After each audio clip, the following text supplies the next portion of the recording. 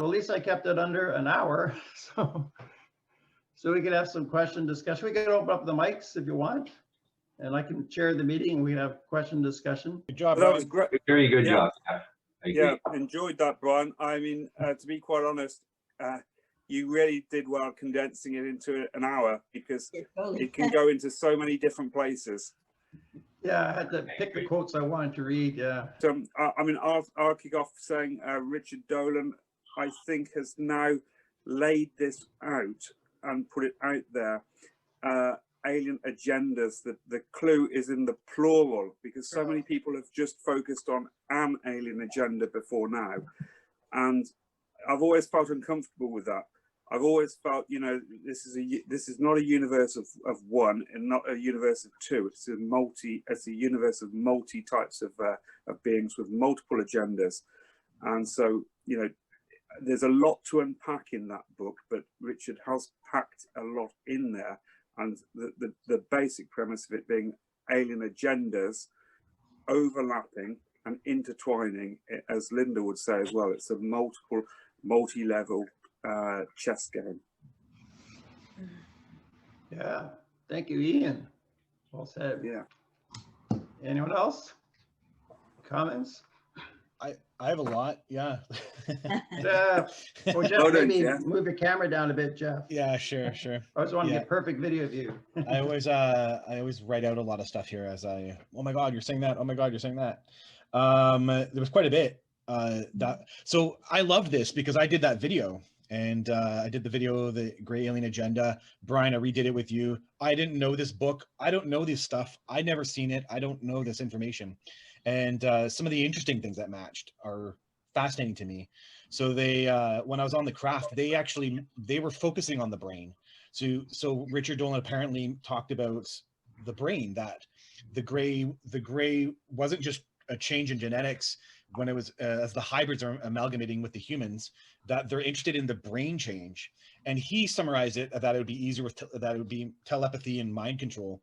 But that's not what they told me. They told me that it was about collective thinking, that the kind of ego that's in the brain, that it would the ego would alter, and that the leaning towards a collective society versus a individualistic need of the brain. And the telepathy is not a good I don't think it's a good theory, because I think humans can do telepathy anyway. Betty and Barney Hill were doing telepathy with their gray aliens. So I think humans just aren't in practice with telepathy. I don't think it's required in that's my theory anyway. I don't think it's required in the genetics. I think that the genetics, at least that's what they showed me on the craft. They pointed it to two human beings, and they were talking about the brains. And so that's a really neat connection that he had somehow through his research. Learned that there'll be a change in the brain. So I thought that was really neat. The mantis, also a very fascinating topic. And I think on the the video, how I learned, or the one where I go to Venus, the one where I go to the planet, how I went to an alien home world, I think is what I called it. And I was talking off the cuff, and I said that I thought I saw a mantis in the deck on the I was seeing all these UFOs, and I thought I saw a mantis mechanic. And I said that, and while I said that, I actually had the feeling that this technology comes from them. There's always this kind of sense that that's where the technology comes from. It has mantis origins, and that also ties in with this God technology thing I saw on the craft on the last video, that it has kind of a mantid origins. And that was mentioned here. That was a really neat fact, that there's some kind of connection with, it seems the technology seems to come from the mantids, and I think I might agree with that. And their specific interest with the hybrid program, the mantids. And in my next presentation you'll see that it gets very genetic, and the mantid is fully involved. And so that's very fascinating as well too. But there's a theory that the mantid created the grays. But so something is odd about that, because that doesn't match up with the genetics piece. I'm still of the mind that the grays are still their own race, that they're just kind of two things are coming together, and maybe they've been around for a long time coming together, but they're still a genetic gray alien race.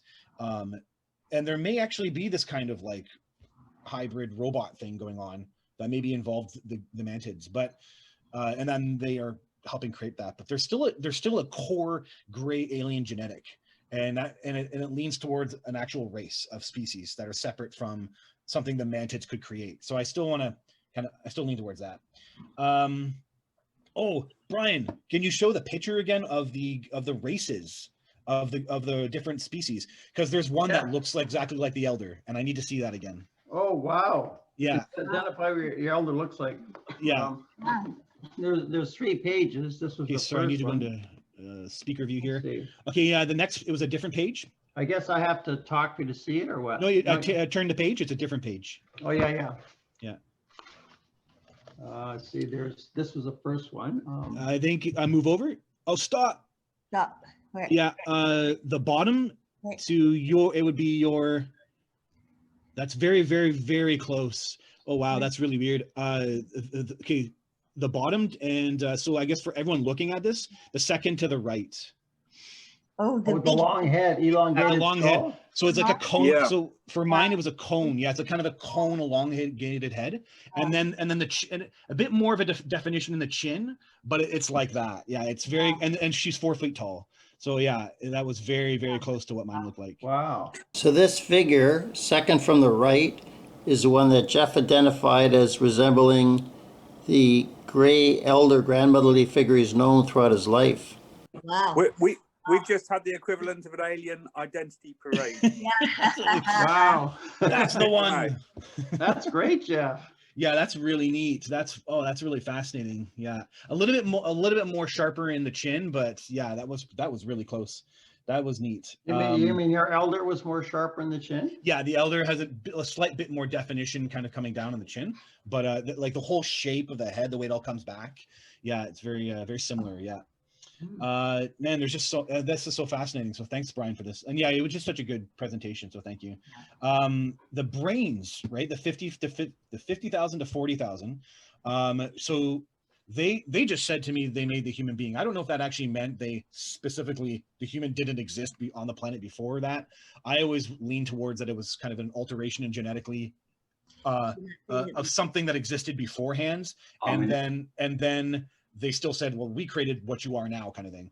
But when they said that to me, it was always a tens of thousands of years ago impression, not hundreds of thousands. I know the Homo sapiens didn't show up until 120,000 years ago, and the wording when they said it was tens of thousands of years ago. And then in the last contact event, they talk about the human brain, how they made it, and how they made the way the brain is right now. And so there's just this connection where this jump that happened in the human species 50,000 years ago. It seems all kind of connected to this. So yeah, it's very neat. And there's still just something that Richard Dolan didn't mention, which was mentioned to me on the craft, which was they're just watching us destroy the planet. And they're like, if you're not going to take it, we're going to take it. It's like you don't want your planet, like we'll take the planet. Like there's almost a sense of that, like we have this kind of system of disregard for the environment, and the whole kind of system we're running is kind of doing it all on its own. And that was part of the thing for me, is that they were very specific about that this is a beautiful planet, and if you're going to not want it, and it's not just like climate change. I mean, whales are sentient beings, and we have no regard for the sentient creatures on our planet. And like we're murderers in the eyes of all these other aliens, right? Like, so we are the ones who are kind of like bobbling around, not knowing what we're doing. And yeah, we're on this crux of this technology, I think they see it a little bit differently than we do. And I think that they're very sensitive to the needs of the planet, and if you don't want it, we'll take it kind of mentality. And yeah, there's I also we'll talk about it later. That was enough. That's good enough for now. Yeah. But Yeah. Jeff, I did want to ask you, you mentioned the collective thinking of the Greys, and how humans, like with telepathy, it's not quite enough. Like we don't have a collective thinking. I definitely agree with that. It's like the rugged individualist, the libertarian, everyone does their own thing. So you're saying in their society, they think collectively? Is this what you're saying in terms of their goals, their values, their ideas? It's more than telepathy, you're saying? It's their Well, I intentions? guess it's a good question. Now, they never actually explained that detail to me specifically, but what's obvious to me in my interaction with the elder, she rarely uses personal pronouns. So she's always saying we and us. You know, come with us back to the ship. She'll say, we did this or we did that. And then and very rarely she says me, and only in one circumstance do I actually have a memory where she actually says, she addresses herself. It's because I'm going to this other place, so I won't be around anymore. So she's saying that. But other than that, every other time it's we and us. Come with us back to our ship. But it's just her and me, right? So it's always like that. It's always the we and us.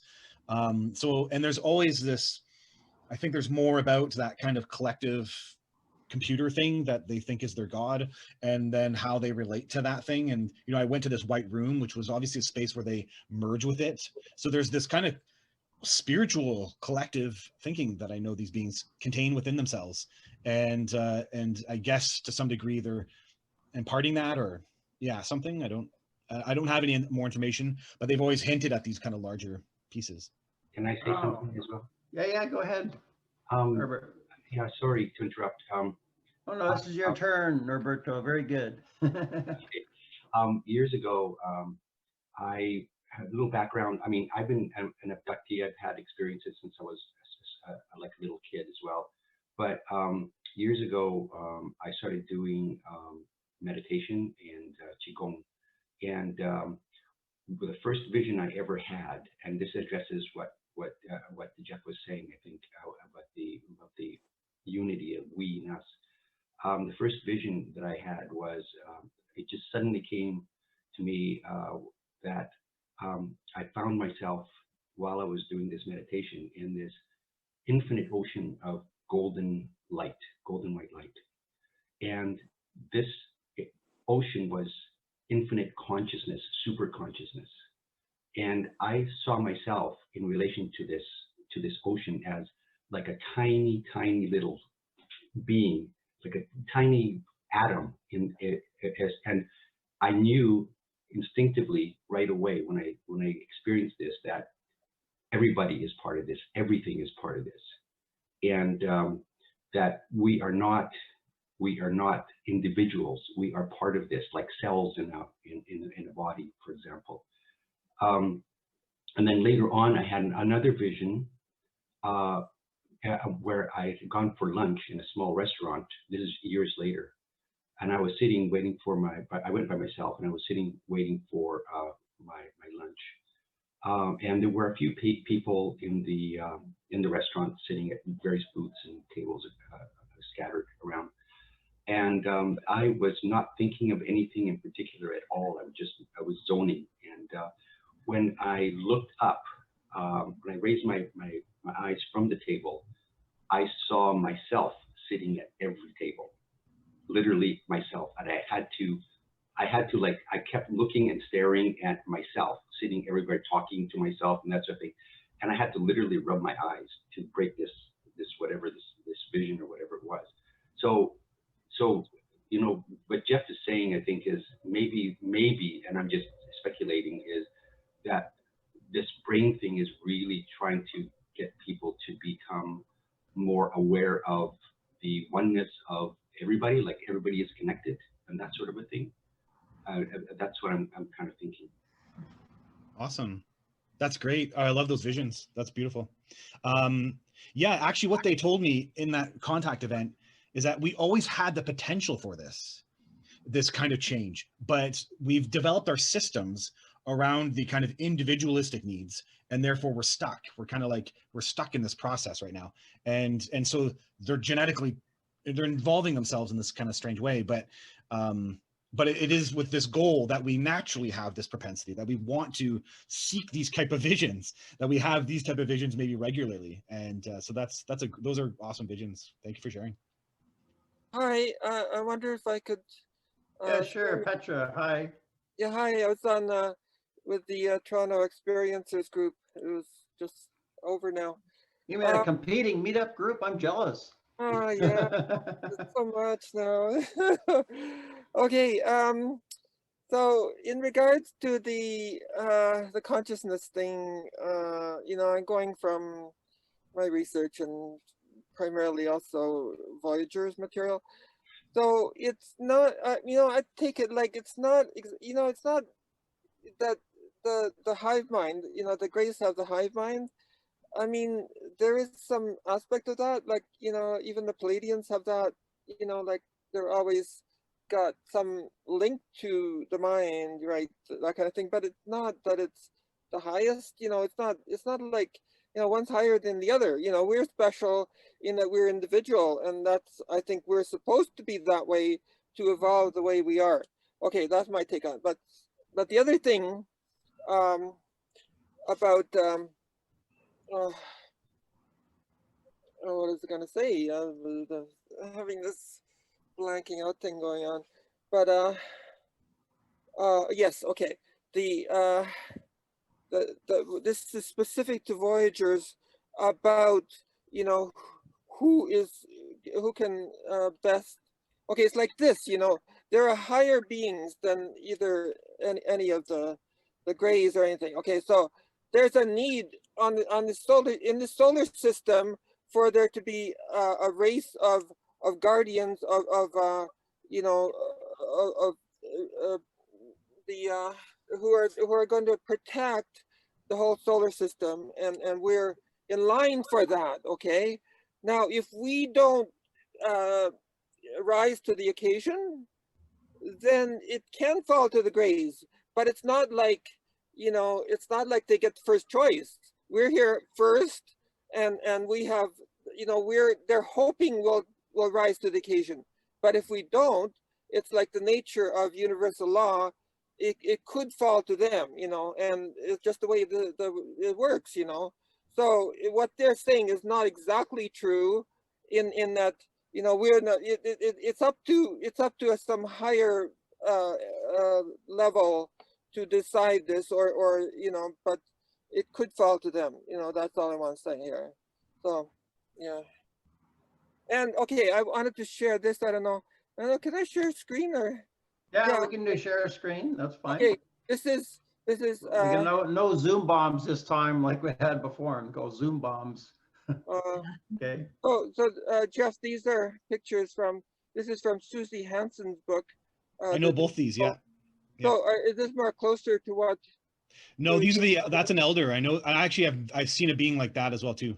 I've had an interaction with a being like that, but that's not my elder was didn't have all the wrinkly skin. Yeah. Those are both great books, by the way, Petra. Those Susie Hansen's, and then the other ones, Co-Evolved. I know both those, yeah.